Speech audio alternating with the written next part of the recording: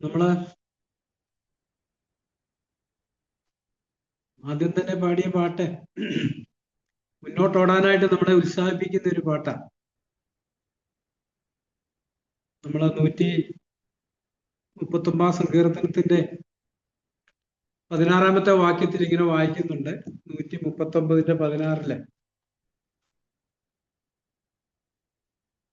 ഞാൻ പിണ്ടാകാരമായിരുന്നപ്പോൾ നിന്റെ കണ്ണെന്നെ കണ്ടു, നിയമിക്കപ്പെട്ട നാളുകളൊന്നും ഇല്ലാതിരുന്നപ്പോൾ അവയെല്ലാം നിന്റെ പുസ്തകത്തിൽ എഴുതിയിരുന്നു. നമ്മളോടുള്ള ബന്ധത്തിൽ ലോകസൃഷ്ടിക്ക് മുമ്പ് തന്നെ നമ്മളെക്കുറിച്ചുള്ള ദൈവത്തിന്റെ ഇഷ്ടം ദൈവത്തിന്റെ പുസ്തകത്തിൽ എഴുതിയിട്ടുണ്ട്.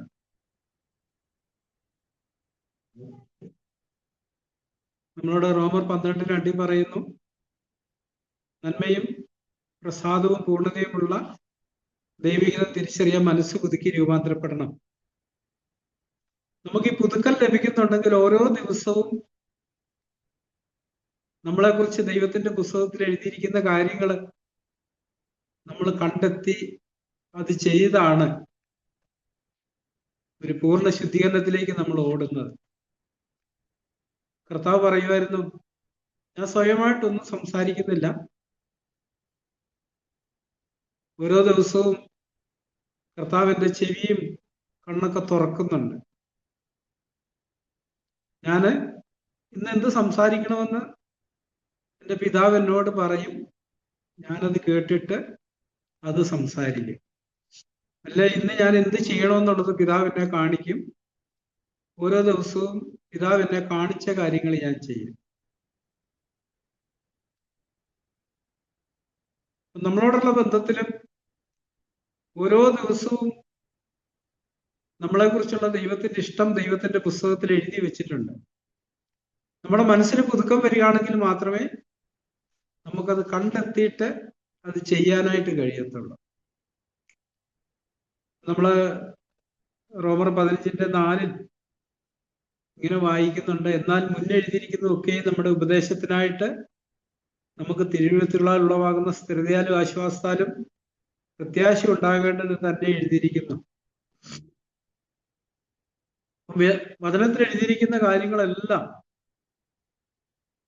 നമ്മളെ പഠിപ്പിക്കാനും നമ്മളെ ബലപ്പെടുത്താനും ഉത്സാഹിപ്പിക്കാനുമായിട്ടുള്ളതാണ്. അപ്പൊ ദൈവനെ നമ്മൾ വായിക്കുമ്പം ഇല്ല കേൾക്കുമ്പം നമ്മൾ ചിലതൊക്കെ പഠിക്കുകയും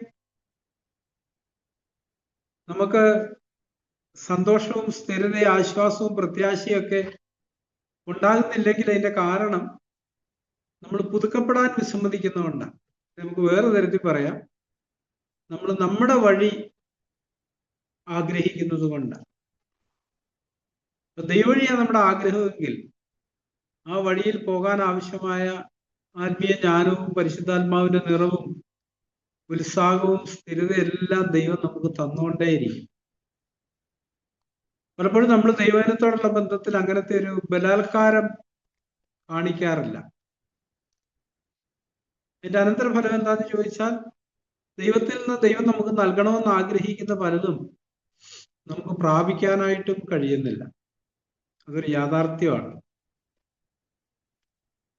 സദൃശവാക്യം 8-ാം അധ്യായത്തില് ഇങ്ങനൊരു വാക്യം നമ്മൾ വായിക്കുന്നുണ്ട്.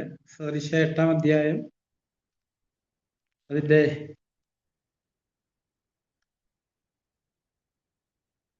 34-ാമത്തെ വാക്യത്തിൽ, ദിനംപ്രതി എന്റെ പടിവാതിക്കൽ ജാഗരിച്ചു എന്റെ വാതിൽക്കട്ടുകളക്കൽ കാത്തും കൊണ്ട് എന്റെ വാക്ക് കേട്ടനുസരിക്കുന്ന മനുഷ്യൻ ഭാഗ്യവാൻ. ദിവസം തോറും ദൈവത്തിന്റെ പടിവാതിക്കൽ ജാഗരിച്ച് എന്ന് പറഞ്ഞാൽ കർത്താവ് എന്ത് എന്നോട് സംസാരിക്കുമെന്ന് കേൾക്കാനായിട്ടുള്ള ഒരുക്കത്തോടെ അവന്റെ വാതിൽക്കട്ടുകളിൽ കാത്തുകൊണ്ട്.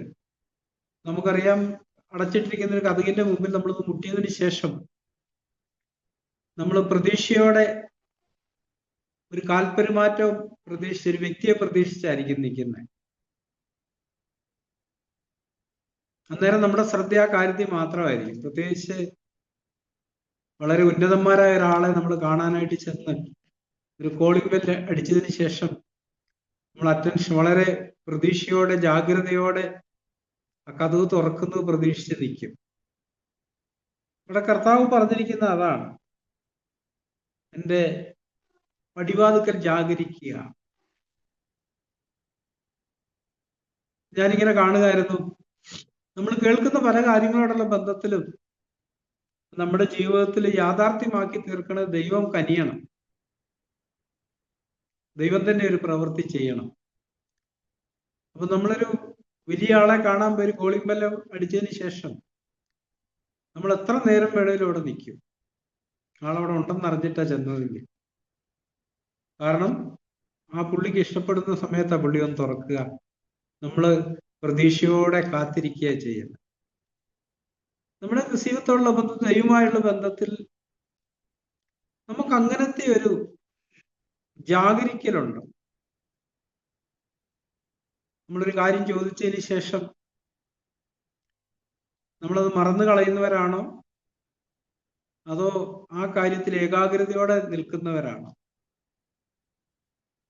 നമുക്കറിയാം, നമ്മുടെ ജീവിതത്തിൽ, ക്രിസ്ത്യ ജീവിതത്തിൽ എന്തെങ്കിലും സംഭവിക്കണമെന്നുണ്ടെങ്കിൽ ദൈവത്തിന്റെ പരിശുദ്ധാത്മാവ് ഒരു പ്രവൃത്തി ചെയ്യണം, അല്ലാണ്ട് ഒന്നും സംഭവിക്കില്ല നമ്മുടെ ജീവിതത്തിൽ. അതാ യോഹന്നാൻ 15 കർത്താവ് പറഞ്ഞ്, എന്നെ കൂടാതെ നിങ്ങൾക്കൊന്നും ചെയ്യാൻ കഴിയത്തില്ല. അപ്പൊ നമ്മുടെ ജീവിതത്തിൽ ഒന്നും സാധിക്കാതിരിക്കുമ്പോൾ അനുസരണം വരുന്നില്ല, താഴ്മ ഉണ്ടാകുന്നില്ല, പാപത്തിനുള്ള ജയം ലഭിക്കുന്നില്ല. ആ സാഹചര്യങ്ങൾ കടന്നു പോകുമ്പം നമുക്ക് കണ്ടെത്താൻ കഴിയുന്നുണ്ടോ ദൈവത്തിന്റെ പരിശുദ്ധാത്മാവിനിൽ പരിവർത്തിക്കുന്നില്ല, അതുകൊണ്ടാണ് ഇതൊന്നും സംഭവിക്കാത്തത്. നമ്മളത് കണ്ടതിന് ശേഷം കർത്താവ് ലൂക്കോസിന് മുമ്പേ പറഞ്ഞല്ലോ, മക്കള് അപ്പം ചോദിച്ചാൽ കല്ല് കൊടുക്കുവോ, മീൻ ചോദിച്ചാൽ തേളിനെ കൊടുക്കുവോ? ശേഷം പറയുന്നേ, ദോഷികളായ നിങ്ങൾ നിങ്ങളുടെ മക്കൾക്ക് നല്ല ദാനങ്ങളെ നൽകാൻ അറിയുന്നുവെങ്കിൽ സ്വർഗ്ഗസ്ഥനായ പിതാവ് തന്നോട് ചോദിക്കുന്നവർക്ക് പരിശുദ്ധാത്മാവിനെ എത്രയധികം കൊടുക്കും. അപ്പൊ നമുക്കറിയാം, പരിശുദ്ധാത്മാവിന്റെ നിറവില്ലാണ്ട് നമ്മുടെ ജീവിതത്തിൽ ഒന്നും സംഭവിക്കത്തില്ല. അപ്പം നമ്മുടെ ഇഷ്ടത്തിന് വിരുദ്ധമായി, നമ്മുടെ ആഗ്രഹങ്ങൾക്ക് വിരുദ്ധമായി, ദൈവേഷത്തിന് വിരുദ്ധമായി നമ്മുടെ ജീവിതത്തിൽ പലതും സംഭവിക്കുമ്പോൾ നമ്മൾ കർത്താവിന്റെ പടിവാതിക്കൽ ഇങ്ങനെ ജാഗരിച്ചുകൊണ്ട് കാത്തു നിൽക്കാറുണ്ട്. യാക്കോബിന്റെ ജീവിതത്തിൽ അവസാന ഘട്ടത്തിൽ ഒരു വലിയ പ്രതിസന്ധിയുടെ മധ്യത്തിൽ അവൻ ചെയ്തൊരു കാര്യമുണ്ട്. ദൈവമായിട്ട് മല്ല് പിടിച്ചു, കരഞ്ഞപേക്ഷിച്ചു, നീ എന്നെ അനുഗ്രഹിച്ചല്ലാതെ ഞാൻ നിന്നെ വിടത്തില്ല.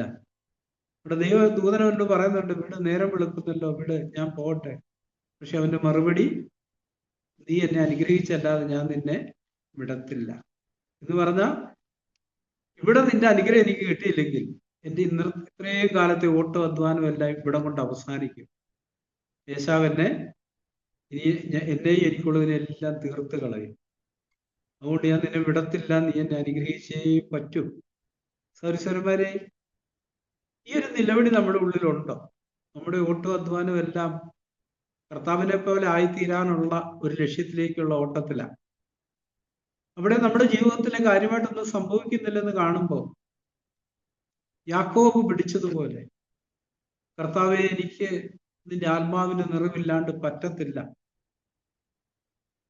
ആ കൃപാക്കടലെന്നുള്ള പാട്ടില് പാടുന്നൊരു കാര്യമുണ്ട്, നീ അനുഗ്രഹിച്ചിട്ടല്ല, നിന്റെ പ്രവാഹം എന്മേൽ ഒഴുക്കിയിട്ടല്ലാതെ ഞാൻ ഇവിടുന്ന് പിന്മാറത്തില്ല. അതൊരു കാത്തിരിപ്പാണ്. അപ്പൊ ദൈവം നമ്മുടെ ഹൃദയങ്ങളിലേക്ക് നോക്കുമ്പം യഥാർത്ഥത്തിൽ അങ്ങനത്തെ ഒരു ദാഹവും വിശപ്പുള്ള ഒരാളെ കാണുന്നിടത്ത് കർത്താവ് വഴിമാറി പോകത്തില്ല. പക്ഷെ പലപ്പോഴും കർത്താവ് നമ്മുടെ ഉള്ളിലേക്ക് നോക്കുമ്പോൾ നമ്മൾ ഹൃദയംഗമായിട്ടല്ല, അല്ലെ പൂർണ്ണ ഹൃദയത്തോടെ അല്ല ഇത് അന്വേഷിക്കുന്നത്. നമുക്ക് കിട്ടിയാൽ കൊള്ളാമെന്ന് ആഗ്രഹമുണ്ട്, പക്ഷെ കിട്ടിയില്ലേലും ഞാൻ മാനേജ് ചെയ്ത് പോകും, എനിക്ക് കുഴപ്പം, ആ ഒരു ചിന്ത നമ്മുടെ ഉള്ളിൽ ഉണ്ടെങ്കിൽ ദൈവം നമ്മളെ കടന്നു പോകും. അപ്പൊ നമ്മുടെ ഉള്ളിൽ ഒരു പൂർണ്ണ ഹൃദയം വരാനാ ദൈവം കാത്തിരിക്കുന്നത്. ഒരാവശ്യക്കാരനായി തീരാൻ, ഒരാർത്തിയുള്ളവനായി തീരാൻ, വിശപ്പുള്ളവനായി തീരാൻ. കാരണം ഇത് കൂടാതെ എനിക്ക് പറ്റത്തില്ല. ഈ ഒരു അനുഗ്രഹം എന്മേൽ വരാതെ എനിക്ക് ഇനി ഒരു ഇഞ്ച് പോലും മുന്നോട്ട് പോകത്തില്ല കർത്താവേ. സഹോദരന്മാരെ, അങ്ങനെ ഒരു ദാഹം നമ്മുടെ ഉള്ളിലുണ്ടെന്നുള്ളതിന്റെ തെളിവെന്താ? ഒരാവശ്യബോധം ഉണ്ടെന്നുള്ളതിന്റെ തെളിവെന്താ? നാം ഒരു ദീർഘനിദ്ര കഴിഞ്ഞ് എഴുന്നേൽക്കുമ്പോൾ ആ ഒരു ആവശ്യബോധമുള്ള ഒരാളാണ് ആദ്യം അതിനെക്കുറിച്ചായിരിക്കും ചിന്തിക്കുന്നത്. ഒന്നാമത്തെ ചിന്ത ഏതായിരിക്കും? കർത്താവേ, നീ നിന്റെ ആത്മാവിനാൽ എന്നെ നിറയ്ക്കണം. പല കാര്യങ്ങളിൽ ഇടപെടുമ്പോൾ പലത് ചെയ്യുമ്പോഴും ഉള്ളിൻ്റെ ഉള്ളിൽ ഇങ്ങനൊരു നിലവിളിയായിരിക്കും. കർത്താവേ, എന്നെ കടന്നു പോകരുത്, നീ എന്നെ നിന്റെ ആത്മാവിനാൽ ഒന്ന് നിറയ്ക്കണം. സഹോദരന്മാരെ, ഈ പരിശുദ്ധാത്മാവിന്റെ നിറവില്ലാതെ ഒരു ക്രിസ്തീയത്തില് നമുക്കൊരു പുത്തുപരുത്ത ജീവിതം നയിക്കാൻ കഴിയും. എന്ന് പറഞ്ഞാൽ വെളിപ്പാട് പുസ്തകത്തിൽ പറയുന്ന പോലെ ശീതവാനുമല്ല ഉഷ്ണവാനുമല്ല എന്നുള്ളൊരു ജീവിതം നയിക്കാൻ കഴിയും. നമ്മളിൽ തന്നെ ഒരു തൃപ്തിയിൽ പോകാൻ കഴിയും. പക്ഷെ യഥാർത്ഥത്തിൽ ദൈവത്തെ പ്രസാദിപ്പിക്കുന്ന തലത്തിൽ ഒരു ജീവിതം നയിക്കണമെന്നുണ്ടെങ്കിൽ ഈ ആത്മാവിന്റെ നിറവ് കൂടാതെ നമുക്ക് പറ്റത്തില്ല. അതുകൊണ്ടാണ് കർത്താവ് പറഞ്ഞ, ഞാൻ നിങ്ങൾക്ക് മറ്റൊരു കാര്യസ്ഥനെ അയക്കും.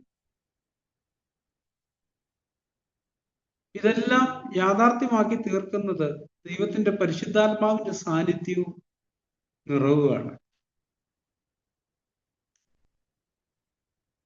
അപ്പൊ നമ്മൾ എത്രമാത്രം ഒരു ദാഹമുണ്ട് അതിനു വേണ്ടി. യോഹന്നാൻ സുവിശേഷത്തിൽ കർത്താവ് ഉറക്കെ വിളിക്കുന്ന ഒരു സാഹചര്യം ഉണ്ടല്ലോ, ഉത്സവത്തിന്റെ മഹാദിവസം, ഒടുക്കത്തെ നാളിൽ യേശു, ദാഹിക്കുന്നവൻ വരട്ടെ, ഇച്ഛിക്കുന്നവൻ ജീവജലം സൗജന്യമായി കുടിക്കട്ടെ. ഇവിടെ പറഞ്ഞിരിക്കുന്ന പരിശുദ്ധാത്മാവിനെ കുറിച്ചാണ് താൻ പറഞ്ഞതെന്ന്. ദാഹിക്കുന്നവൻ, ഒരു യഥാർത്ഥ ദാഹമുള്ളൊരു വ്യക്തിക്ക് അവൻ അന്വേഷിക്കുന്ന വെള്ളം മാത്രമായിരിക്കും. അവന് വേറെ എന്തൊക്കെ കൊടുക്കാമെന്ന് പറഞ്ഞാൽ അവൻ തൃപ്തനാവത്തില്ല. അവൻ അതിനെ അവഗണിക്കും. അവന്റെ അന്വേഷണം വെള്ളത്തിനായിരിക്കും. എന്ന് പറഞ്ഞതുപോലെ നമ്മുടെ ഈ ക്രിസ്തീയത്തിൽ ആത്മാവിന്റെ നിറവിന് വേണ്ടിയിട്ടുള്ള ഒരു വലിയ ആഗ്രഹം, ദാഹം, ഒരാർത്തി നമ്മുടെ ഉള്ളിലുണ്ടെങ്കിൽ മാത്രമേ നമ്മുടെ ക്രിസ്തീയത സഫലമായി തീരത്തുള്ളൂ. നമ്മളൊരു പാട്ടി പാടാം, നിറഞ്ഞു കവിയും സന്തോഷം യാചിപ്പീൻ, അനുഭവിച്ചു കൊള്ളുവീൻ. അത് ആത്മാവിലൂടെ വരുന്ന ഒരു കാര്യമാണ്. പരിശുദ്ധാത്മാവ് നമ്മുടെ മേൽ വരുമ്പം നമുക്ക് ലഭിക്കുന്ന ഒരു അനുഗ്രഹമാണ് ഈ പറഞ്ഞു തീരാവാത്ത ഒരു സന്തോഷം, സമാധാനം. ആത്മാവിന്റെ ഫലത്തിലാണ് ഇതെല്ലാം പറഞ്ഞിരിക്കുന്നത്. അപ്പൊ നമ്മള് ഈ ഒരു ആവശ്യബോധത്തിലേക്ക് വരാത്തിടത്തോളം കാലം നമുക്കൊരു അനുഗ്രഹമായി തീരാൻ കഴിയത്തില്ല. അബ്രഹാമിലൂടെ ലഭിച്ച ഒരു അനുഗ്രഹം, നീ ഒരു അനുഗ്രഹമായതിന് നിന്നിൽ ഭൂമിയിലെ സകല ജാതികളും അനുഗ്രഹിക്കപ്പെടും. അത് ഗലാത്യലേഖനത്തിൽ പറയുന്നത് പരിശുദ്ധാത്മാവിലൂടെയാണ് നമുക്ക് സാധിക്കത്തുള്ളൂ. നമ്മുടെ മേൽ ആത്മാവിൻ്റെ ഒരു നിറവുള്ളപ്പം നാം വെളിച്ചമാണ്, ജീവനാണ്, സൗരഭ്യവാസനയാണ്, അനുഗ്രഹമാണ്. അല്ലെങ്കിൽ നമ്മള് ഇതെല്ലാം എതിരായിട്ടുള്ള ഒരു തലത്തിലായിരിക്കും നിൽക്കുന്നത്. നമ്മൾ ഒരിക്കലും ഒരു അനുഗ്രഹമായി തീരത്തില്ല. നിന്റെ കാല് ചൂട്ടുന്ന ഇടമെല്ലാം നിഗ്രഹിക്കപ്പെടും. അത് പരിശുദ്ധാത്മാവിലൂടെ മാത്രമേ നമുക്ക് ലഭിക്കത്തുള്ളൂ. നമുക്ക് അങ്ങനത്തെ ഒരു ദാഹമുണ്ടോ? രാവിലെ കണ്ണു തുറക്കുമ്പം ആദ്യത്തെ നമ്മുടെ ചിന്ത എന്താ? നമ്മളെന്താ ദൈവത്തെ ഓർപ്പിക്കുന്നത്? കർത്താവേ, നിന്റെ വാഗ്ദത്തം എൻ്റെ മേൽ നിറവേറ്റണം, ആത്മാവിനാൽ എന്നെ നിറയ്ക്കണം.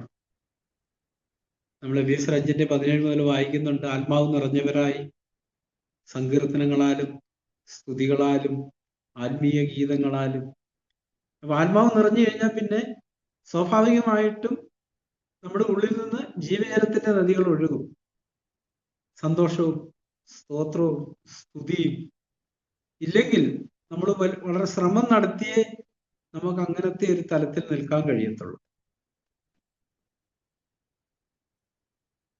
അപ്പൊ ഈ ദൈവത്തിന്റെ വചനം കേൾക്കുന്ന വചനങ്ങളെല്ലാം അതിന്റെ പിമ്പില് പരിശുദ്ധാത്മാവിന്റെ നിറവില്ലെങ്കിൽ ഇതൊന്നും നമുക്ക് ഉപകാരമായി തീരത്തില്ല.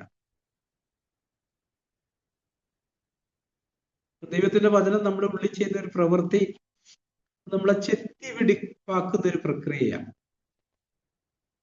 നമ്മുടെ ജീവിതത്തോടുള്ള ബന്ധത്തിൽ ദൈവത്തിന്റെ പുസ്തകത്തിൽ എഴുതിയിരിക്കുന്നതിന് വിരുദ്ധമായി നമ്മളിലുള്ള കാര്യങ്ങളെയെല്ലാം ചെത്തി മാറ്റുന്ന ഒരു പ്രക്രിയ ദൈവത്തിന്റെ വചനം നമ്മുടെ ഉള്ളിൽ ചെയ്യുന്നത്.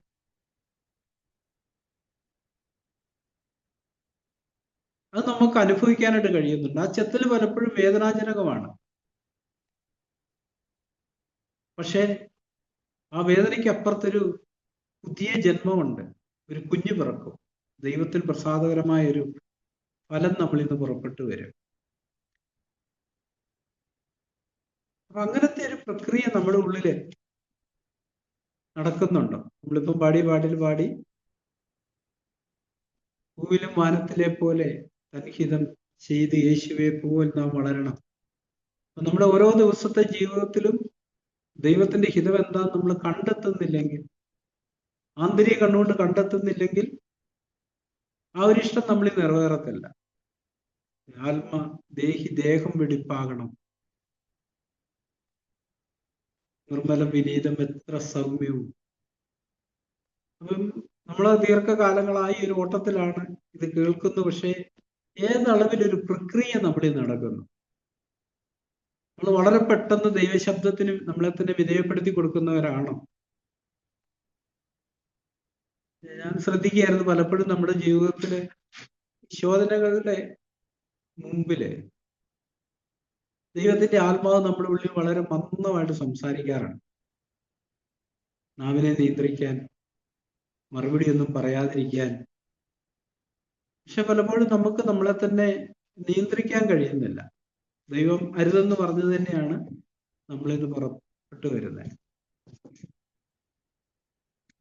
ആത്മാവിന്റെ വരത്തെക്കുറിച്ച് പറയുന്നിടത്ത് ഏറ്റവും അവസാനം പറഞ്ഞിരിക്കുന്ന ഇന്ദ്രിയജയം, സെൽഫ് കൺട്രോൾ എന്ന് പറഞ്ഞാൽ നാവിനെ നിയന്ത്രിക്കാൻ കഴിയുക, കണ്ണുകളെ നിയന്ത്രിക്കാൻ കഴിയുക, ചിന്തകളെ നിയന്ത്രിക്കാൻ കഴിയുക, നമ്മുടെ ശരീരത്തിന്റെ അവയവങ്ങളൊക്കെ നിയന്ത്രിക്കാൻ കഴിയുക എന്ന് പറഞ്ഞാൽ അതിലൂടെ എല്ലാം ദൈവത്തിന്റെ ഇഷ്ടം ചെയ്യാൻ കഴിയുന്നിടത്താണ്. അത് ആത്മാവ് നമ്മൾ വസിച്ചുകൊണ്ട് ചെയ്യുന്ന ഒരു പ്രവൃത്തിയാണ്. നമ്മൾ സ്വയമായിട്ട് ചെയ്യുന്ന ഒന്നല്ല. ആത്മാവ് നമ്മുടെ ഉള്ളിൽ വസിച്ചുകൊണ്ട് ചെയ്യുക. കർത്താവിനോടുള്ള ബന്ധത്തിൽ അങ്ങനെയാണ്. പിതാവ് എന്നിൽ വസിച്ചുകൊണ്ട് തന്റെ ഇഷ്ടം ചെയ്യുന്നു. അപ്പൊ ഇത് വളരെ പ്രധാനപ്പെട്ട ഒരു കാര്യം. യേശുവിനോടുള്ള ബന്ധത്തിൽ 2 Corinthians 11 പൗലോസ് 2-ാം വാക്യത്തിൽ പറയുന്നത്, ഞാൻ നിങ്ങളെ ക്രിസ്തു എന്ന ഏകപുരുഷന് നിർമ്മല കന്യയായി ഏൽപ്പിപ്പാൻ വിവാഹനിശ്ചയം ചെയ്തിരിക്കുന്ന നിങ്ങളുടെ മനസ്സ് സർപ്പം ഹവ്വായെ ഉപയോഗിച്ചാൽ ചതിച്ചപോലെ നിങ്ങളുടെ മനസ്സ് ക്രിസ്തുവിനോടുള്ള ഏകാഗ്രത.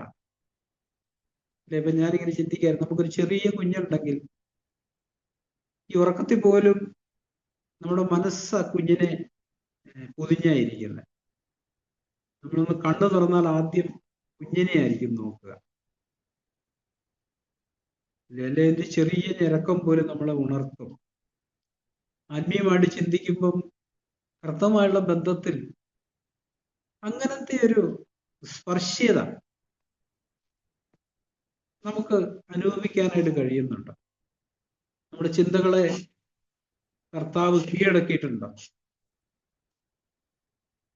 പുതിയൊരു പാട്ടൊക്കെ ഉണ്ട് പെന്തക്കോസ്തിനകത്ത്, നീ മാത്രം മതി, നീ മാത്രം മതി, നീ മാത്രം മതി എനിക്കെന്നൊക്കെ പാടാറുണ്ട്.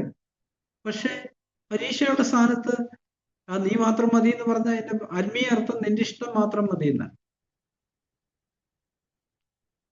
പക്ഷെ പരീക്ഷയുടെ സമയത്ത് നമ്മൾ പലപ്പോഴും പോരാടുകയും മസിൽ പിടിക്കുകയും ചെയ്യുന്നത് നമ്മുടെ ഇഷ്ടത്തിന് വേണ്ടി. ഇവിടെയൊക്കെ നമ്മുടെ ഇഷ്ടത്തിന് വേണ്ടി നമ്മൾ പോരാടുന്നോ അവിടെ കർത്താവിന്റെ സാന്നിധ്യം നമുക്ക് നഷ്ടപ്പെടും. നമ്മൾ പോരാടാൻ തുടങ്ങുമ്പോൾ അത് കാണിക്കുന്ന ഒരു കാര്യം കർത്താവിനോടുള്ള ഏകാഗ്രതയും നിർമ്മലതയും നമുക്ക് നഷ്ടപ്പെട്ടു പോയി എന്നാണ്.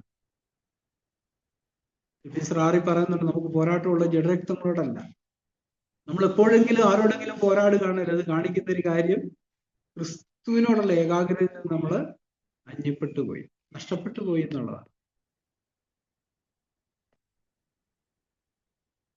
അതുകൊണ്ട് തന്നെ കർത്താവ് നമ്മളെ നോക്കിക്കൊണ്ടായിരിക്കുന്നു, ശത്രുവിനെ പോലെയല്ല. നമ്മുടെ കുഞ്ഞുങ്ങളോടുള്ള ബന്ധത്തിൽ അവർ പലതും പഠിക്കാൻ താമസം ഉണ്ടാകുമ്പോൾ നമ്മൾ അവരെ ശത്രുക്കളെ പോലെയല്ല കാണുന്നത്.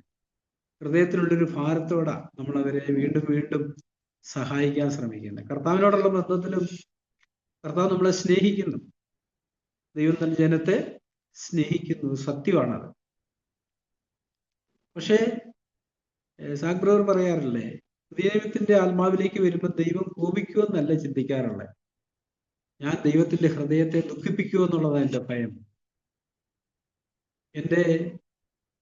ഞാൻ സ്വയം വഴികൾ തിരഞ്ഞെടുക്കുകയും സ്വന്തം ഇഷ്ടത്തിനു വേണ്ടി പോരാടുകയും ഒക്കെ ചെയ്യുമ്പോൾ ഞാൻ എൻ്റെ സ്നേഹവാനായ പിതാവിന്റെ ഹൃദയത്തെ എന്തുമാത്രം വേദനിപ്പിക്കുന്നു, അത് ഓർത്തിട്ടാണ് ഞാൻ തിരിയേണ്ടത്. അല്ലാണ്ട് ദൈവം എന്നെ ഉപദ്രവിക്കുകയോ ശിക്ഷിക്കുകയോ. പഴയകാലത്തെല്ലാം ഒരു ശിഷ്യയുടെ ഭയത്തിന്റെ കീഴിലാണ് യഹൂദന്മാരെല്ലാം ജീവിച്ചിരുന്നത്. അവര് ദൈവത്തെ ഭയപ്പെട്ടെന്ന് പറഞ്ഞതിന്റെ അർത്ഥം ദൈവത്തിന്റെ ശിഷ്യയോടുള്ള ബന്ധത്തിൽ ദൈവം എന്നെ ശിക്ഷിക്കുമെന്ന് ഓർത്തിട്ട് ഭയന്നായിരുന്നു അവർ പലപ്പോഴും പാപത്തിൽ നിന്ന് തിരിയുന്നില്ല, കൽപ്പനകൾ അനുസരിക്കുന്നില്ല. പുതിയത്തിലേക്ക് വരുമ്പോൾ അപ്പോസ്തലൻ പറഞ്ഞു, ക്രിസ്തുവിന്റെ സ്നേഹം ഞങ്ങളെ നിർബന്ധിക്കുന്നു. നമ്മളെ സ്നേഹിച്ച മഹാസ്നേഹത്തെ ഓർത്ത് ആ സ്നേഹവാനായ എൻ്റെ കർത്താവിനെ ഞാൻ ദുഃഖിപ്പിക്കുകയോ വേദനിപ്പിക്കുകയോ എൻ്റെ വാക്കുകൊണ്ടും പ്രവൃത്തി കൊണ്ടും ചിന്ത കൊണ്ടും എന്നുള്ളൊരു ഭയത്തിലാണ് നമ്മൾ എപ്പോഴും ജീവിക്കേണ്ടത്, നമ്മളെ തന്നെ സൂക്ഷിക്കേണ്ടത്. യോഹന്നാൻ അപ്പോസ്തലൻ പറഞ്ഞു, ദൈവത്തിന് ജനിച്ചു വെക്കുകയും തന്നെത്താൻ സൂക്ഷിക്കുന്നു, ദുഷ്ടനവനെ തൊടുന്നില്ല എന്ന് പറഞ്ഞാൽ ദുഷ്ടന്റെ എന്ന് പറയാൻ നമ്മുടെ ഉള്ളിൽ ഒന്നുമില്ല. കർത്താവ് ഒരിക്കലും അത് പറഞ്ഞു, ഈ ലോകത്തിന്റെ പ്രഭു വരുന്നു, അവൻ എന്നോടൊരു കാര്യമില്ല, ഒരു ട്രാൻസ്ലേറ്റ് അവൻ്റേതൊന്നും എൻ്റെ ഉള്ളിലില്ല.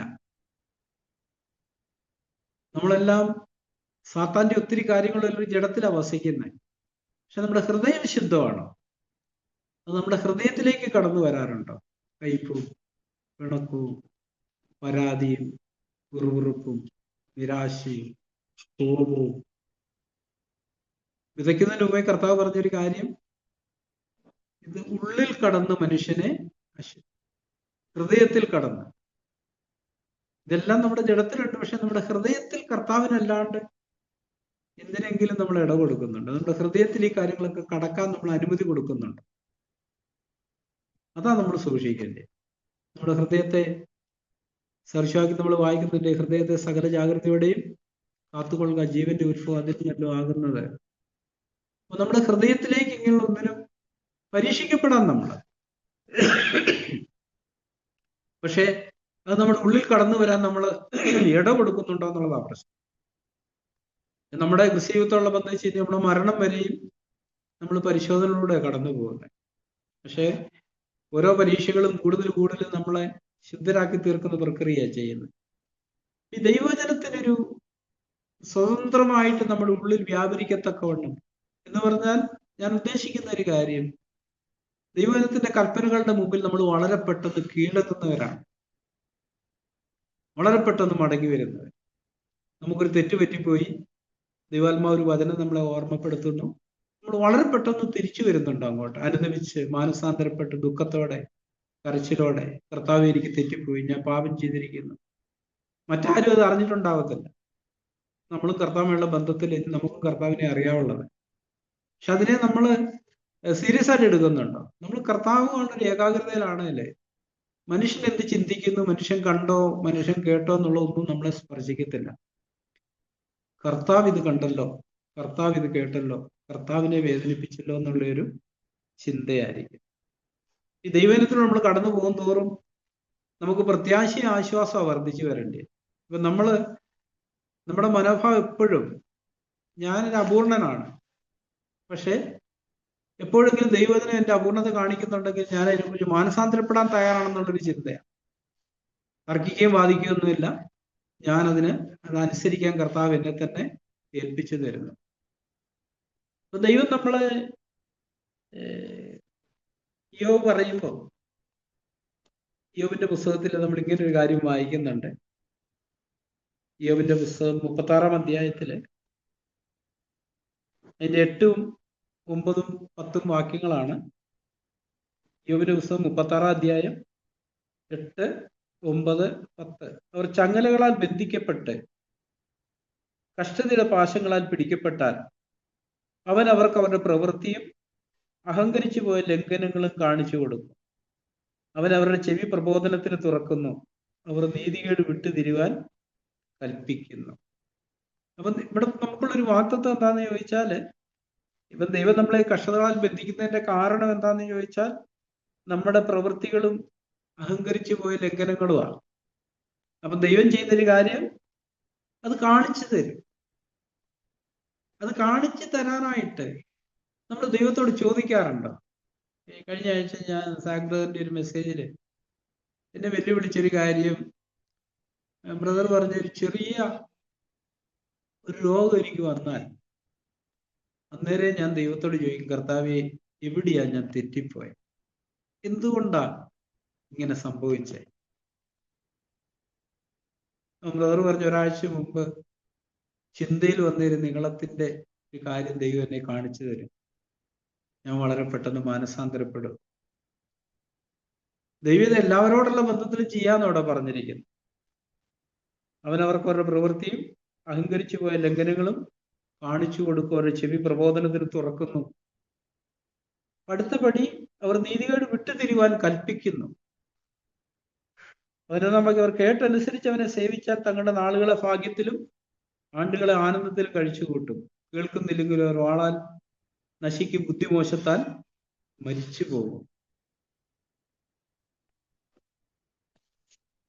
അപ്പൊ ദൈവം നിരന്തരമായിട്ട് നമ്മുടെ ഉള്ളിൽ ഈ ഒരു പ്രവൃത്തി ചെയ്തോണ്ടിരിക്കും. പക്ഷെ നമ്മൾ എത്ര പേർക്ക് അത് കേൾക്കാനും കാണാനും തിരിച്ചറിയാനും പറ്റുന്നുണ്ട്? നമ്മൾ അങ്ങനെ ആ നിലയിൽ ഒരു ജാഗ്രതയോടെ ദൈവത്തെ അന്വേഷിക്കുന്നുണ്ട്. നമ്മുടെ ഉള്ളിൽ ഒരു സമാധാനം നഷ്ടപ്പെട്ടു. എന്താ കർത്താവേ കാരണം? അത് നമ്മൾ കണ്ടെത്തുന്നതിനും വരെ കർത്താവിനോട് ചോദിച്ചുകൊണ്ടിരിക്കുവോ, അതോ നമ്മൾ അതിനെ അവഗണിക്കുവോ? അവിടെ നമുക്ക് നമ്മളെ തന്നെ ശോധന ചെയ്യാം. എവിടെയെങ്കിലും ഞാൻ ദൈവത്തിന്റെ കൽപ്പന ലംഘിച്ചോ, പാപം ചെയ്തോ? അങ്ങനൊന്നും നമുക്ക് കാണാൻ കഴിയുന്നില്ലെങ്കിൽ കർത്താവിനോട് നമുക്ക് പറയാം, കർത്താവേ എവിടെയാ ഞാൻ തെറ്റിപ്പോയി? എന്താണ് എന്റെ സന്തോഷം നഷ്ടപ്പെടാനുള്ള ഒരു കാരണം, എന്റെ സമാധാനം നഷ്ടപ്പെടാനുള്ള ഒരു കാരണം? എഫെസ്യരിൽ വായിക്കുന്നുണ്ട്, ക്രിസ്തുവിന്റെ സമാധാനം നിങ്ങളുടെ ഹൃദയങ്ങളിൽ വാഴട്ടെ, അതിനായല്ലോ നിങ്ങൾ ഏക ശരീരമായി വിളിക്കപ്പെട്ടിരിക്കുന്നത്. എന്റെ ജീവിതത്തിലും എന്റെ സഹോദരനോടുള്ള ബന്ധത്തിലും എനിക്കൊരു അസമാധാനത്തിന്റെ ഒരു ഫീലിംഗ് ഉണ്ട്. എന്തോ ഒരു എന്റെ സഹോദരനോട് ഒരു അസമാധാനം, ഇല്ല എന്റെ ഭാര്യയോടെ. അപ്പൊ അതൊക്കെ സംഭവിക്കുമ്പോൾ നമ്മള് ദൈവമുഖം അന്വേഷിക്കാറുണ്ടോ? ഈ ആത്മീയ പോരാട്ടത്തിലാകുമ്പോൾ നമുക്കിത് നമ്മുടെ ബാഹ്യ കണ്ണുകൊണ്ടോ ബുദ്ധി കൊണ്ടോ ഗ്രഹിക്കാൻ പറ്റത്തില്ല. നമ്മൾ ആത്മാവിന്റെ തലത്തിൽ ഇതിനെല്ലാം കാണുന്നത്. അവിടെ നമ്മൾ ആത്മാവിലാ ദൈവത്തിലേക്ക് തിരിയുന്നത്. ദൈവഗണത്തിന്റെ ഉദ്ദേശം എന്താന്ന് ചോദിച്ചാൽ ഈ നിലയിൽ നമ്മളെ ശിക്ഷിക്കുകയും ശാസിക്കുകയും തിരുത്തുകയും ഒക്കെ ചെയ്ത് 2 തിമോഥെയോസ് 3:16 നമ്മൾ വായിക്കുന്നുണ്ടല്ലോ, എല്ലാ തിരുവെഴുത്തും ദൈവശസ്യമാകിയാൽ ദൈവത്തിന്റെ മനുഷ്യൻ സകല സ്ഥലപ്രവർത്തിക്ക് വക പ്രാപിച്ച് തികഞ്ഞവനാകേണ്ടതിന് ശാസനത്തിനും ഗുണീകരണത്തിനും നീതിയിലെ അഭ്യസനത്തിനും പ്രയോജനമുള്ളതാണ്. അപ്പൊ ദൈവം നമ്മൾ ചെയ്യുന്നൊരു കാര്യം ശാസനം, ഗുണീകരണം, നീതിയിലെ അഭ്യസനത്തിലേക്ക് നടക്കും. അതിന് നടക്കാൻ നമുക്കൊരു പൂർണ്ണ ഹൃദയവും ഒരു ആഗ്രഹവും ഉണ്ടെങ്കിൽ മാത്രമേ ദൈവത്തിന് നമ്മളെ അങ്ങനെ നടത്താൻ പറ്റത്തുള്ളൂ. നമ്മൾ അതിനെ ഗൗരവത്തോടെ എടുക്കുന്നുണ്ടെങ്കിൽ, ഈ കർത്താവിനോടുള്ള ഒരു ഏകാഗ്രതയിലാണെങ്കിൽ ഈ ഒരു വഴിയിലായിരിക്കും കർത്താവ് നമ്മളെ നടത്തുന്നത്. വളരെ പെട്ടെന്നൊരു മാനസാന്തരപ്പെടാനുള്ള ഒരു സന്നദ്ധതയും താഴ്ത്താനുള്ള ഒരു മനോഭാവവും നമ്മുടെ ഉള്ളിൽ നിരന്തരമായിട്ട് ഉണ്ടായിക്കൊണ്ടേയിരിക്കും. നമ്മളിങ്ങനെ മസിൽ പിടിച്ചിരിക്കത്തില്ല, വളരെ പെട്ടെന്ന് പ്രതികരിക്കും ദൈവത്തോടെ. ദൈവം ചെയ്യുന്ന ഒരു പ്രവൃത്തിയെ കുറിച്ച് ഇവിടെ 4 നമ്മൾ വായിക്കുന്ന, എന്നാൽ മുന്നെഴുതിയിരിക്കുന്നതൊക്കെയും നമ്മുടെ ഉപദേശത്തിനായിട്ട് നമുക്ക് തിരുവെഴുത്തുകളാളുള്ളതാകുന്ന സ്ഥിരതയാലും ആശ്വാസത്തിലും പ്രത്യാശ ഉണ്ടാകേണ്ടത് തന്നെ എഴുതിയിരിക്കുന്നു. അപ്പൊ തിരുവെഴുത്ത് ആത്യന്തികമായിട്ട് നമുക്ക് നൽകുന്ന ഒരു കാര്യം പ്രത്യാശയാണ്. 1 യോഹന്നാൻ 3 നമ്മൾ വായിക്കുന്നുണ്ടല്ലോ, അവനിൽ ഈ പ്രത്യാശയുള്ളവനെല്ലാം അവൻ നിർമ്മലനായിരിക്കുന്ന പോലെ തന്നെത്താൻ നിർമ്മലീകരിക്കുന്നു. അപ്പൊ നമുക്ക് പ്രത്യാശ ഉണ്ടെന്നുള്ളതിന്റെ തെളിവ് ഈ ഒരു നിർമ്മലീകരണത്തിൽ നമ്മൾ വർദ്ധിച്ചു വരുന്നുകൊണ്ടേയിരിക്കും. നമ്മളെ തന്നെ ശുദ്ധീകരിക്കുന്ന കാര്യത്തിൽ നമ്മൾ വളരെ ജാഗരൂകരായിരിക്കും. എവിടെയെങ്കിലും എന്തെങ്കിലും കണ്ടാൽ അന്നേരം തന്നെ അത് എടുത്തു കളയുന്ന ഒരു മനോഭാവം, ശുദ്ധീകരിക്കുന്ന ഒരു മനോഭാവം.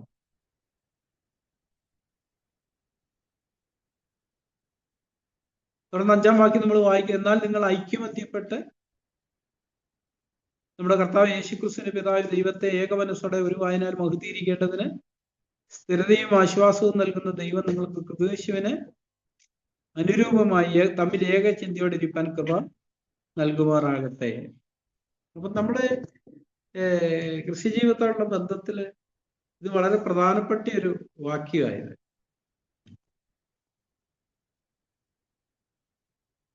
അവിടെ ഇംഗ്ലീഷില് ന്യൂ ലിവിംഗ് ട്രാൻസ്ലേഷനിൽ അത് എഴുതിയിരിക്കുന്നത്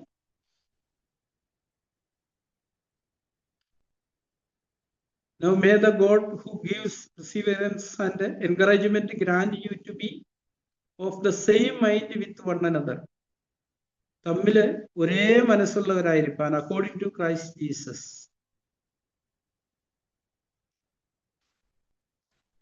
വേറൊരു ഭാഗം നമ്മൾ പറഞ്ഞു, നിങ്ങൾ ഒന്ന് തന്നെ ചിന്തിക്കണം. നമ്മൾ ഒരേ ആത്മാവിനും ഒരേ മനസ്സിലാകുമ്പോൾ നമ്മുടെ ചിന്തകളും ഒന്നായിരിക്കും. ചിലപ്പോഴൊക്കെ നമ്മുടെ ഒരു മീറ്റിംഗ് പങ്കെടുക്കുമ്പോൾ നമ്മുടെ മനസ്സിലൊരു പാട്ട് കാണും. അന്ന് പാടുന്ന ആ പാട്ട് തന്നെ പാടും. എന്താ അതിന്റെ കാരണം? രണ്ടുപേരുടെയും മനസ്സ് ഒരു കാര്യത്തിൽ കേന്ദ്രീകരിച്ചതായിരുന്നു. അല്ലെ, നമ്മൾ കേൾക്കുന്ന ഒരു വചനം നമ്മുടെ മനസ്സിലുണ്ടായിരുന്ന വചനമായിരിക്കും. നമ്മൾ പറയാറില്ല, ഇന്ന് ഞങ്ങൾ ചിന്തിച്ചത് അത് തന്നെയായിരുന്നു. കാരണം നമ്മൾ ഏത് സമയത്ത് കർത്താവുമായുള്ള ഒരു ഏകാഗ്രതയിലായിരിക്കുന്നു, രണ്ടുപേരെ പരിശുദ്ധാത്മാവ് രണ്ടുപേരിലും ഒരേ നിലയിലായിരിക്കും പ്രവർത്തിക്കുന്നത്. അവരുടെ ചിന്തകള് ഒന്ന് തന്നെയായിരിക്കും. നമുക്ക് അങ്ങനത്തെ ഒരു ഇത് വർദ്ധിച്ചു വരേണ്ട ഒരു കാര്യമാണ്. നമ്മൾ ഏതളവിൽ കർത്താവിനോടുള്ള ബന്ധത്തിൽ ഏകാഗ്രതയോടെ നടക്കുന്ന, അതുപോലെ ഈ സഹോദരന്മാര് തമ്മില് ചർച്ചിനുള്ളിൽ അങ്ങനത്തെ ഒരു പ്രക്രിയ നടന്നുകൊണ്ടിരിക്കുക. എല്ലാം നമ്മുടെ വിശ്വാസത്തെ ഉറപ്പിക്കുന്ന കാര്യങ്ങളായിരിക്കും. കൂടുതൽ നമ്മുടെ കർത്താവിലേക്ക് നടത്തുന്ന കാര്യങ്ങളായിരിക്കും. പലപ്പോഴും നമ്മളെല്ലാം പരീക്ഷിക്കപ്പെടാറുണ്ട്. ഒരിക്കൽ സാഗ്രർ പറഞ്ഞൊരു ഉദാഹരണം ഞാൻ ഓർക്കുക. ഒരിക്കല് അവിടെ ചർച്ചിലുള്ള ഒരു സഹോദരന് ദൈവം ഉണ്ടോ എന്നൊരു സംശയം തോന്നി. കുറെ കാലം ചർച്ചിലുണ്ടായിരുന്ന ആളാണ്. ദൈവം ഉണ്ടോ എന്നൊരു സംശയം തോന്നി. അങ്ങനെ പുള്ളി ആകെ വിഷമിച്ച് ഇങ്ങനെ പല ചിന്തകളിലിരിക്കുമ്പോൾ ഒരിക്കൽ CFC ബാംഗ്ലൂർ നടന്നൊരു കാര്യം പുള്ളിക്ക് ഓർമ്മ വന്നു. മീറ്റിംഗ് തുടങ്ങാൻ സമയത്ത് മദ്യപൻ, ഒരു ഭൂതം ബാധിച്ചൊരു മനുഷ്യൻ പുറകിലത്തെ വാതുക്കെന്ന് ശബ്ദമൊക്കെ ഉണ്ടാക്കി കയറി വന്നു. സാഗ്രർ വളരെ ശബ്ദം കുറച്ച് ആ ഭൂതത്തെ ശാസിച്ചു. അതവിടെ വീണ് അവിടെ കിടന്നുറങ്ങി. മീറ്റിംഗ് കഴിഞ്ഞ് ആമേൻ പറഞ്ഞിട്ട് ഇത് വീണ്ടും എഴുന്നേറ്റ് വന്നു. സാഗ്രർ ആ ഭൂതത്തെ പുറത്താക്കി. അപ്പം പെട്ടെന്ന് ആ മനുഷ്യന് ചിന്ത വന്നു, ഭൂതമുണ്ട്, ദൈവമുണ്ട്. ആ ഒരു സംഭവം ദൈവം ഉണ്ടെന്നുള്ളൊരു ബോധ്യത്തിന്റെ സഹോദരൻ നിൽക്കാൻ പ്രേരിപ്പിച്ചു. അല്ലെ, നമ്മളെല്ലാം അങ്ങനത്തെ ശോധനകളിലൂടെ കടന്നു പോകുന്നവരാണ് ക്രിസ്തീയ പോരാട്ടത്തിന്റെ വഴികളിൽ. അപ്പൊ അങ്ങനത്തെ ചില കാര്യങ്ങളായിരിക്കും പെട്ടെന്ന് നമ്മളെ ദൈവത്തിലേക്ക് മടക്കിക്കൊണ്ടിരുന്നത്. ഇതെല്ലാം ചിന്തകൾ സാത്താനാ കൊണ്ടിരുന്നത്.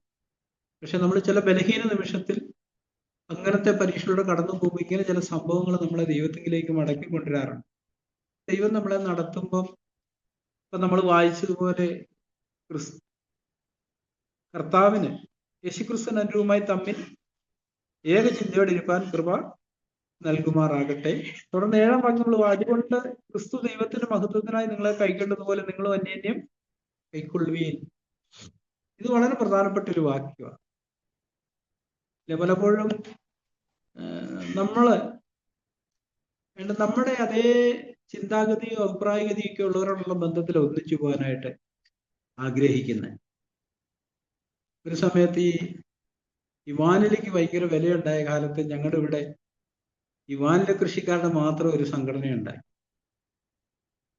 അപ്പൊ അങ്ങാടി വന്നാൽ ഇവര് തമ്മിൽ എപ്പോഴും കൂട്ടായ്മ, വേറെ ആരുമായിട്ടൊരു ബന്ധമില്ല. ഇതിനെക്കുറിച്ചുള്ള സംസാരം ഇവര് തമ്മിലാണ്.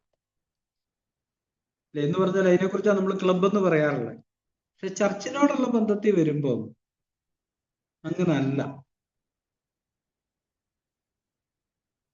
എല്ലാവരും ദൈവത്തെ പ്രസാദിപ്പിക്കല്ല, എല്ലാവരും വെളിച്ചത്തിൽ നടക്കുന്നവരാണെങ്കിലാണ് തമ്മിലൊരു കൂട്ടായ്മ വരിക.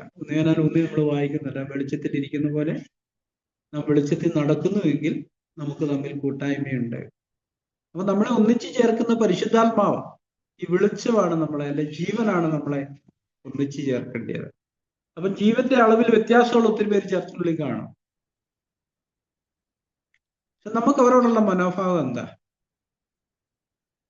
നമ്മള് 14-ന്റെ അല്ല കഴിഞ്ഞ ഇടയ്ക്ക് പഠിച്ചപ്പോൾ നമ്മള് ഒരു കാര്യം ചിന്തിച്ചായിരുന്നു. നമ്മള്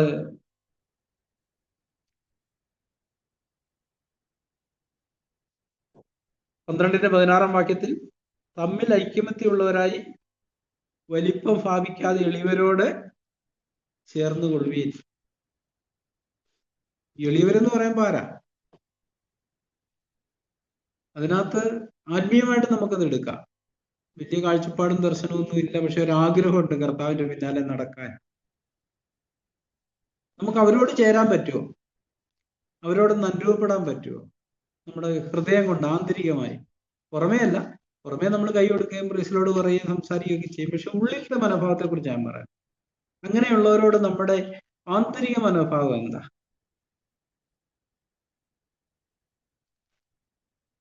ഇപ്പം കർത്താവ് ആ വ്യക്തിയെ കൈക്കൊണ്ടുകൊണ്ട് ഞാനും ആ വ്യക്തിയെ കൈക്കൊള്ളാനായിട്ട് ബാധ്യസ്ഥനാണ്.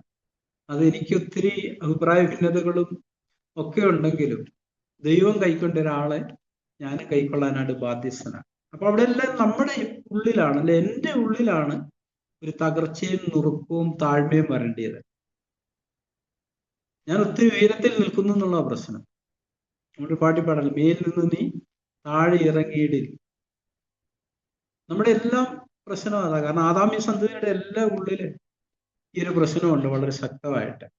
പക്ഷെ പരിശുദ്ധാത്മാവിന്റെ നിറവിലേക്ക് നമ്മൾ വരുമ്പം പരിശുദ്ധാത്മാവ് നമ്മളെ സഹായിക്കുന്നത് താഴോട്ടിറങ്ങാൻ, നമ്മളെ തന്നെ താഴ്ന്ന ചിന്തയുള്ളവരായി തീരാൻ, എളിയവരോട് ചേരാനൊക്കെ നമ്മളെ പ്രാപ്തരാക്കുന്നത് ദൈവത്തിന്റെ പരിശുദ്ധ. നമ്മളിൽ തന്നെ പ്രാപ്തിയില്ല, പരിശുദ്ധാത്മാവാണ്.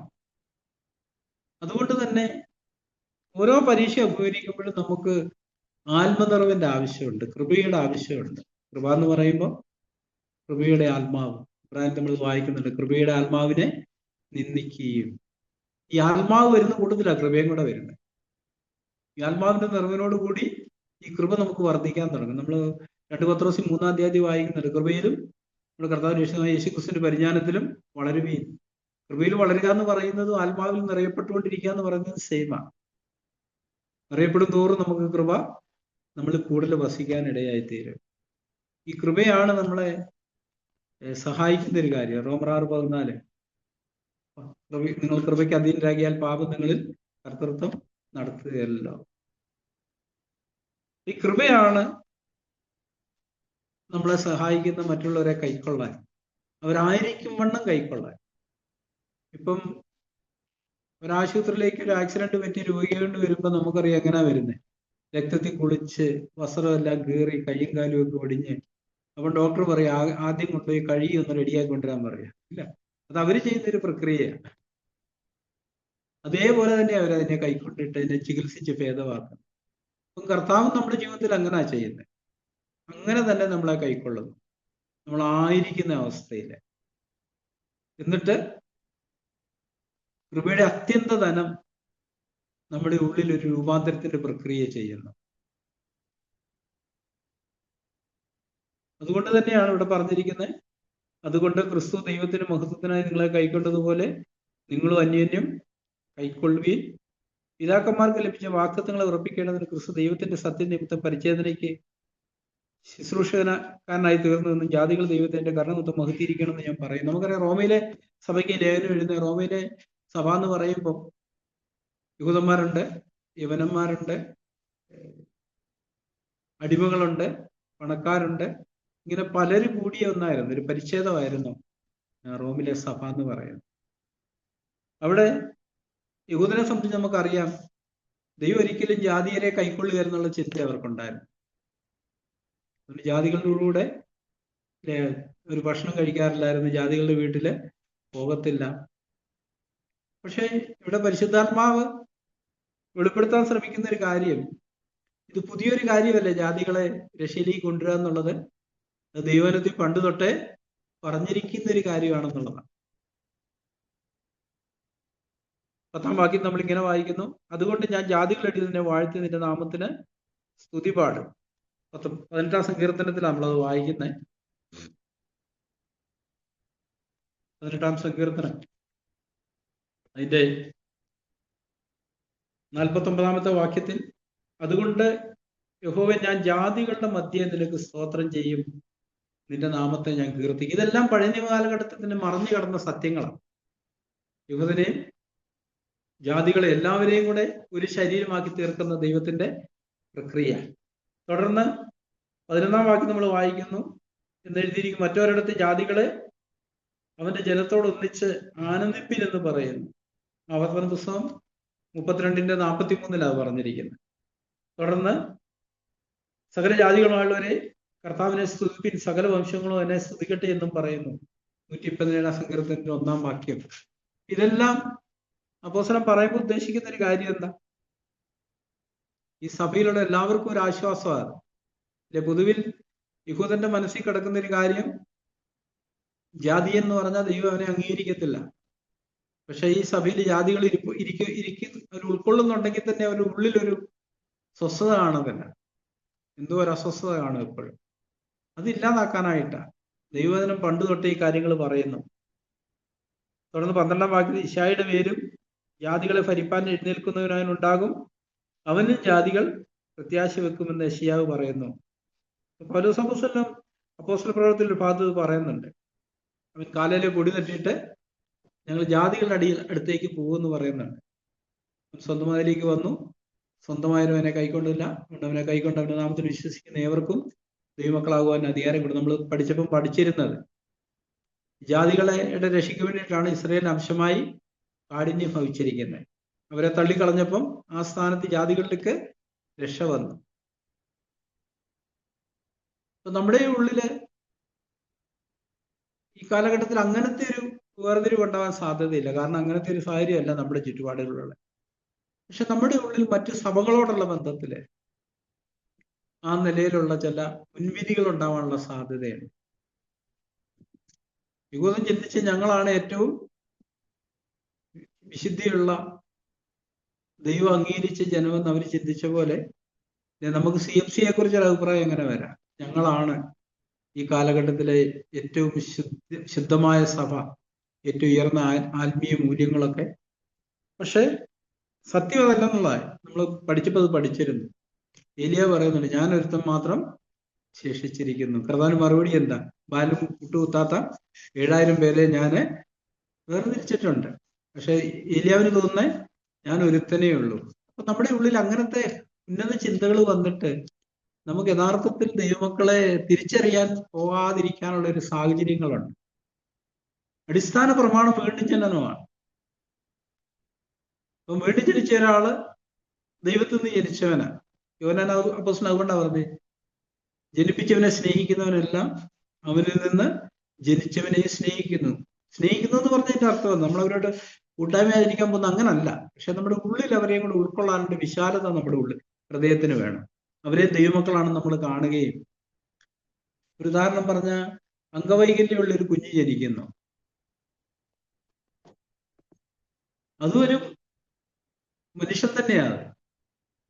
പല അംഗങ്ങളും ഇല്ലാത്തത് കൊണ്ട് നമുക്ക് അവരോട് ഒരു അകൽച്ചയും വെറുപ്പും ഇതൊക്കെ കാണിക്കാനുള്ള ഒരു ടെൻഡൻസി നമ്മളിലുണ്ടാവാം.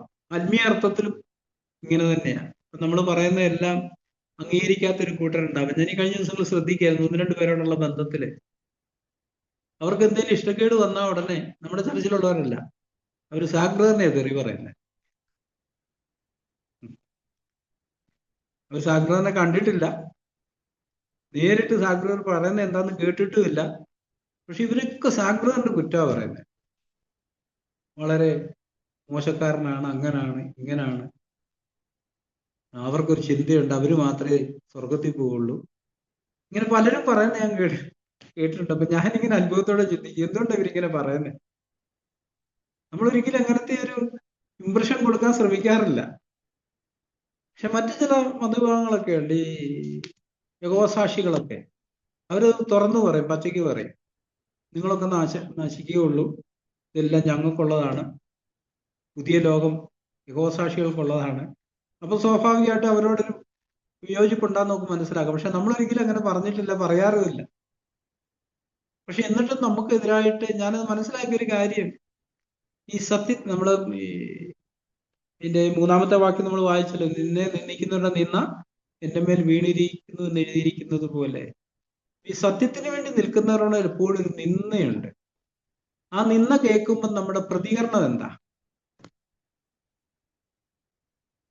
നമ്മുടെ ഹൃദയത്തിൽ അവരോട് കയ്പും അകൽച്ചയും അവരെ വിധിക്കാനുള്ള ഒരു മനോഭാവമൊക്കെ വരുന്നുണ്ടെങ്കിൽ നമ്മുടെ ഉള്ളിൽ പരിശുദ്ധാത്മാവ് ചെയ്തു തീർക്കാൻ ആഗ്രഹിക്കുന്ന ഒരു പ്രവൃത്തി നടന്നിട്ടില്ലെന്നുള്ളതാണ്.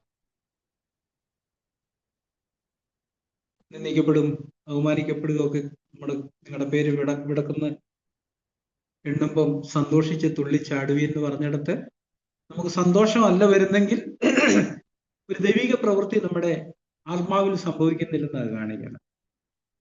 അവിടെ നമുക്ക് നിരാശപ്പെടേണ്ട ആവശ്യമില്ല. നമുക്ക് അവിടെയും ആയിരിക്കുന്ന അവസ്ഥയെ കർത്താവിനടുക്ക് ചെല്ലാം. കർത്താവ്, എൻ്റെ ഉള്ളിൽ ഒരു വിശാലതയുടെ ആവശ്യം എനിക്കുണ്ട്, രൂപാന്തരത്തിന്റെ ആവശ്യമുണ്ട് എന്നൊരു ആവശ്യബോധത്തോടെ നമ്മൾ കർത്താവിനടുക്ക് ചെല്ലുന്നെങ്കിൽ കർത്താവ് തീർച്ചയായിട്ടും സഹായിക്കും. അതുകൊണ്ട് നമുക്ക് എന്ന് പറഞ്ഞപ്പോൾ ഞാൻ ഊന്നി പറയാൻ ശ്രമിച്ചൊരു കാര്യം, ആത്മനിറവിന് വേണ്ടിയുള്ള നിലവിളിയിൽ ഈ ദിവസങ്ങളിൽ നമുക്കായിരിക്കാം. എപ്പോഴും ഒരാവശ്യബോധത്തോടെ, ഒരു അന്വേഷണത്തോടെ, ഒരു ദാഹത്തോടെ, ആർത്തിയോടെ നമ്മൾ കർത്താവിനെ ഓർപ്പിച്ചുകൊണ്ടിരിക്കുക. കർത്താവിന് ആഗ്രഹമുണ്ട്, നമ്മളെക്കാൾ ആഗ്രഹമുണ്ട് നമ്മളെ നിറയ്ക്കണമെന്ന്. പക്ഷെ നമുക്ക് ആ നിലയിൽ ഒരു ആഗ്രഹം ഇല്ലാത്തത് കൊണ്ടാണ് ആ നിറവ് നമുക്ക് കിട്ടാത്തത്. അതുകൊണ്ട് സൗരസൗരന്മാരെ, ഈ വചനം എല്ലാം ജഡമായി തീരുന്ന ആത്മാവിന്റെ സാന്നിധ്യത്തിലാണ്. അതുകൊണ്ട് നമുക്ക് ആത്മനിറവിന് വേണ്ടിയുള്ള ഒരു നിലവിളിയിലായിരിക്കാം. കേട്ട് മറക്കുകയല്ല. നമ്മൾ അറിയാം, ഇപ്പം കൂട്ടാനും കുറയ്ക്കാനൊക്കെ പഠിക്കുന്ന പിള്ളേരെ അവരുടെ ജീവിതകാലത്തൊന്നും മറക്കാൻ പാടില്ല. മറന്നാൽ പിന്നെ അവർക്ക് ചെയ്യാൻ കഴിയത്തില്ല. ഗുണന പട്ടിക അതൊക്കെ നമ്മൾ മനഃപ്പാടമാക്കുന്ന കാര്യങ്ങളാണ്, അടിസ്ഥാന പ്രമാണങ്ങളാണ്. ഗുണപട്ടിക തെറ്റിപ്പോകുന്ന ഒരാൾക്ക് ഗുണിക്കാൻ പറ്റത്തില്ല, അല്ലെ അത് പഠിക്കാത്ത ഒരാൾക്ക്. എന്ന് പറഞ്ഞതുപോലെ ഈ ഒരു ദാഹവും വിശപ്പും ആർത്തിയും നമുക്കില്ലെങ്കിൽ ജീവിതം നമുക്ക് സന്തോഷകരമായിരിക്കത്തില്ല. അതുകൊണ്ട് നമുക്ക് പരിശുദ്ധാത്മ നിറവിന് വേണ്ടി നിരന്തരം ഒരു അന്വേഷണത്തിലായിരിക്കാനായിട്ട് കർത്താവ് നമ്മളെ സഹായിക്കട്ടെ. നമുക്ക് പ്രാർത്ഥിക്കാം. സർവ്വസപിതാവിനെ കൊണ്ട് കരുണ തോന്നണം.